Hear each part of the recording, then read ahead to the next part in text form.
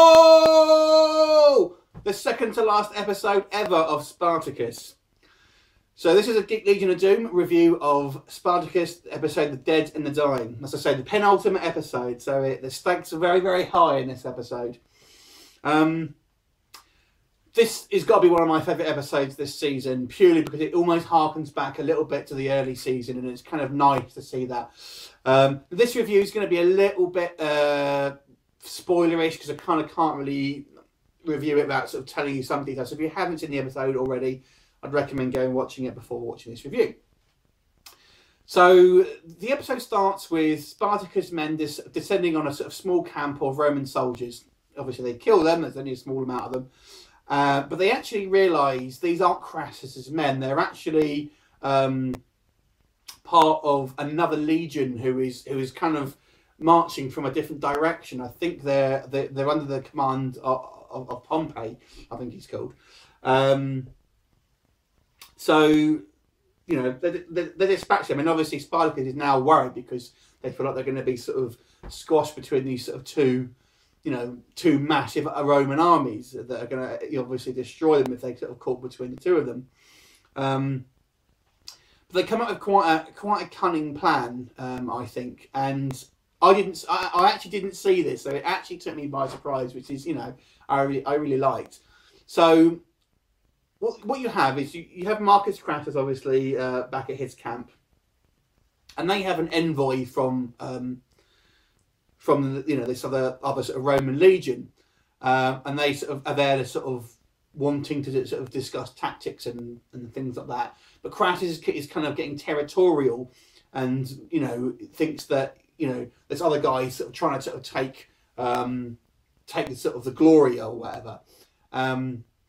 So he basically, after sort of much argument, basically the envoys are sort of saying, you know, basically we need to sort of talk, come and meet on neutral ground so we can discuss tactics.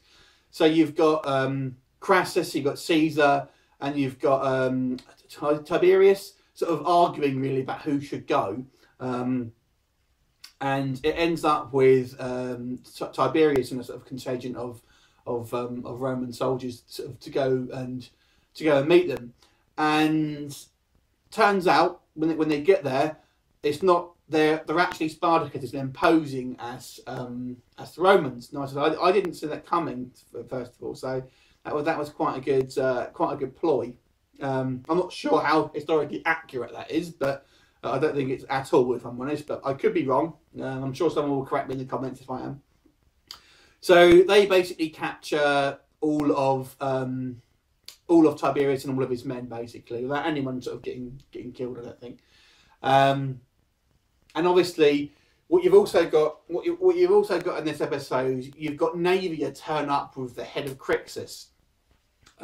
They've obviously sent Naevia off to Spartacus' camp to sort of give him this warning that basically, you know, we're coming for you or whatever. And this is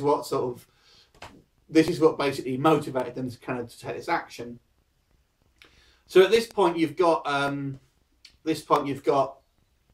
Tiberius and his men being held captive by Spartacus. Then what happens? You actually have back at the camp Crassus. We actually find that Agron's still alive, although he's been sort of tortured, and he actually is crucified, which is quite brutal. But we got Agron alive, along with at least 500 of Spartacus's fallen comrades. So I didn't see that coming either. To be honest, I thought Agron bought it on the on the last episode, but you know, there he is.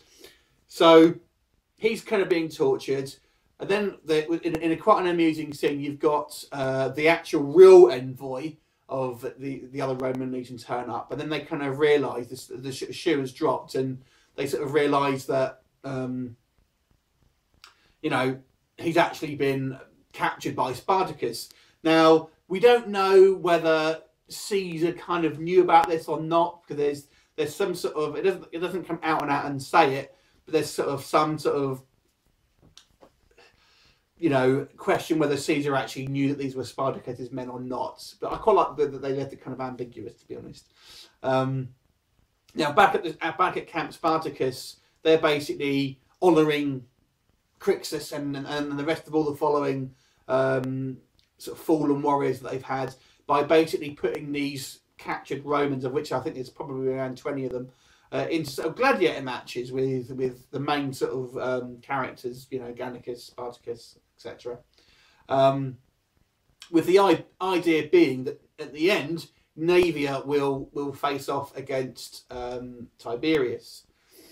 So this is what I mean. It harks back to the sort of the season 1 where you have the gladiator games, and it's quite fun because you're kind of getting the Gannicus and Spartacus especially sort of becoming sort of quite cocky with each other, sort of trying to outdo each other with about how many Romans they can take on at one time. And Spartacus puts his sword in the sand and just does it with his fist and things like that. So it was kind of good to see that sort of style of show again. You've also got the I forget the character's name, the female slave that was kind of the love interest of Crassus. She's basically sort of gloating over Tiberius, and Tiberius ideally sort of wants to try and get her to help him, but of course she doesn't. She's just sort of saying, you know, I'm going to look forward to your death, basically. But Tiberius sort of says, look, you know, my father still loves you, and I can make it all right, blah blah blah. But she's like, she's heartened by the fact that that sort of Crassus is still with her, but he, you know, she wants to see this guy suffer. But Crassus sends out Caesar to try and make a deal with Spartacus to try and release the 500 prisoners they've got for the life of his son. And just before Naevia is just about to finish Tiberius off, Spartacus stops her and basically gives her the choice to say, it's up to you, you know, this guy wronged you, it's 500 of our men, or you can take your revenge. And it kind of leaves it up to her. She chooses to take the 500 prisoners back. However, on the way out, the female slave, obviously enraged that Tiberius is not being killed, stabs him in the back on the way. But basically, she sort of says, Crassus will take me instead of Tiberius, and he'll honour the deal. Which I don't know how she knew that, to be honest with you. That was kind of a bit of a stretch, I thought, over his kind of his son. I mean, to me that seems a bit of an illogical choice. I thought I wouldn't, if I was in Crassus' shoes, I certainly wouldn't be honouring the deal if that was the case. So that was interesting. But that was kind of that sort of lapse in logic really was the only sort of negative point about this particular episode. I thought it was great, and the end scene with a kind of like burying or sort of giving like a funeral pyre to Crixus' head, and kind of, you know, saying the names of all the fallen comrades. I thought it was really good, a really good scene, and really setting up for the final episode. So, to be honest with you, there was very, very little at fault with this episode for me, apart from maybe that one assumption there that Crassus would take the female slave over you know, the life of his son. I didn't like that bit, but overall the rest of it I thought was a stunning episode. Great choreography with the fights. You know, a nice little twist in the midway through that I've currently spoiled for you if you've watched this video. But really good, some really great character moments, and some really heartfelt, you know, scenes in regard to the sort of these Spartacus' men and women respecting Crixus and obviously all the warriors. So I'm very sad that this is going to be the penultimate episode, and next week's obviously they're going to be the final, and here we go. But I'm going to give this episode a 9 out of 10, top stuff. I'm hoping the final episode is going to be a corker. I'm sure it's going to be massively bloody. Let me know what you think in the comments, and I look forward to seeing you next week. See you later.